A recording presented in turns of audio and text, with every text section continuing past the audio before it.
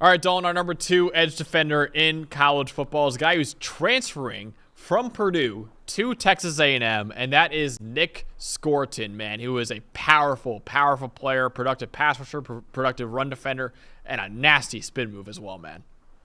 Yeah, pretty much top 10 across the board in all of our pass rush metrics last year. And I think watching him when he was right and when he was really making plays, you do see shades of Jared Verse. I think there's a similar element there. He may even be more athletic than Verse. He's got length. He wins with power. He does. Is when he gets extension, just like Verse, man, he just throws people either through the quarterback or aside, man. And then you mentioned it, a guy at his size to have a spin move like he does, it's a really good counter. It's a good combination to have when you have got a bull rush like him and you've got a spin move like that working off of it. This guy, make no mistake. Look, Purdue isn't always known for their defensive stars, and now he's going to Texas A&M, but he's really, really, really good. And the high end of his tape, and there's a lot of it. It felt like watching Jared Verse again. Dude, 6'4", 280. He is massive. And we've been talking about some guys who are like around that size, like Ruben Bain Jr., Ashton Gelati. And for guys like that, we're like, okay, are they too big? Are they athletic enough to play edge defender full time, or do they have to move inside? Scourton is bigger than both those guys, and I have zero questions about whether or not he's athletic enough to play edge defender. Like that's the best way I can describe him, man. Is because like he is such an athletic player. You mentioned it before. 80th percentile in terms of gas last year, 92nd percentile the year before. He hit 19 miles an hour on GPS tracking in 2022. Just ridiculous. And the athleticism is there, the size is there, spin move is there, the power is there, and the production is there too, man. He had a 21.3% pass rush win rate this past year, ninth among all edge defenders in the country, 25 run defense stops as well, which tied for the third most in the Power 5, man. So massive, massive player who is just a really productive player, and I cannot wait to see this guy play in the SEC next year and how effective he can be. And I think I know we're going to talk about our number 1 guy, James Pierce Jr., who for a lot of people is clearly the number 1 edge defender in college football and the draft, and I would agree with that. But also I think Scourton, man, there is an opportunity there and a window there for him to overtake Pierce, not only in college football, but as the number 1 edge in next year's draft as well. Yeah, I think the fun part of that is we had a really good debate this year about Turner versus Latu versus Verse, about they're all so talented, but it's more about your flavor, like what you're looking for, right? You've got two different things. Pierce weighs 240 maybe, and this guy weighs 280, and it's just two different body types, right? It might just matter. There are going to be scouts. We saw it too with like Marvin Harrison and Malik Neighbors. Sometimes it's about the flavor and just the type of player you have as opposed to the talent, because the talent's so close. So he could get in that conversation. Absolutely. I mean, and again, the metrics, especially in the pass rush, you're talking about the Big Ten. He's not like one of these guys going from group of 5 all of a sudden in the SEC. Yeah. Like, he's proven himself in big, big games, right? So Scourton can definitely work himself into that conversation. What are some of the negatives that you see with his tape right now? What can he improve on to maybe overtake James Pierce Jr. as edge 1 in college football and the draft?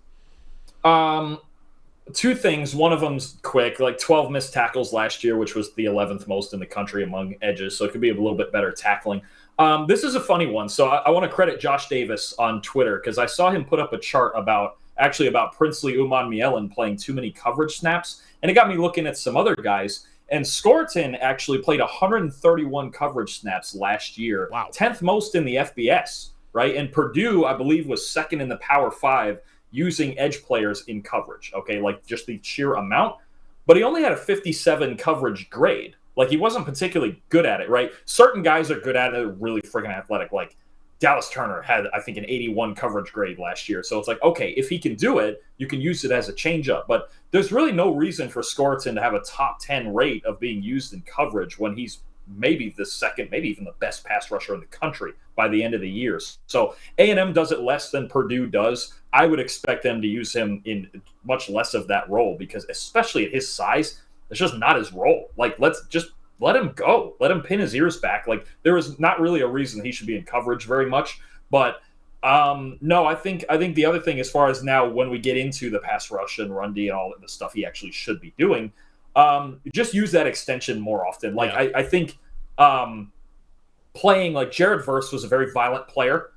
I think Scourton could play with a little more Yeah. aggression. I like that he's controlled, and I think it's part of what does make him good, right? Where he wants to see it and he wants to play kind of this like cerebral kind of game too, especially in run defense. But at his size, with his talent, if he notched up the aggression just a little bit, yeah, I think he's a lot like Jared Verse. I really do. I just think like let's just get like we talked about with K'Mon Rucker, and he's so angry. Like, let me get a little bit of that from Scourton, and we've got like a really elite player.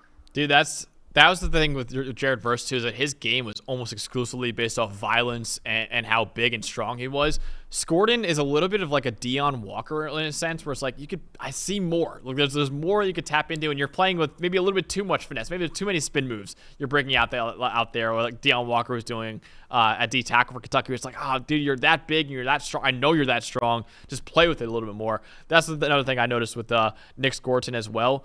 I will say, he was listed at 260 last year at Purdue. Texas A&M listed him at 280 now. I'm wondering what his game is going to look like with 20 pounds more on him now. That's a lot of weight to be added on to a frame, and I'm wondering if A&M, after losing Walter Nolan to Ole Miss, if he might be playing a little more interior, because they have other edges for them. I think that'd be a mistake. I agree with you.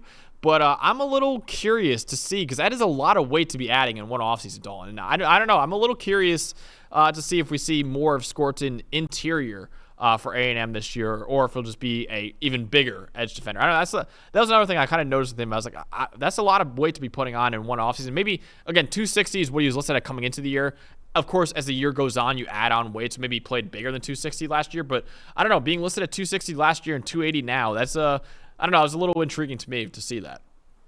Yeah, I think he's 280 is right in that tweener range. That's hard to tell. We've talked about a couple other guys already where you're like, is it inside? Is it outside? Like, being a jack of all trades and master of none isn't always the greatest thing ever. And I think we have at least a year of tape now where we saw Scourton on the edge.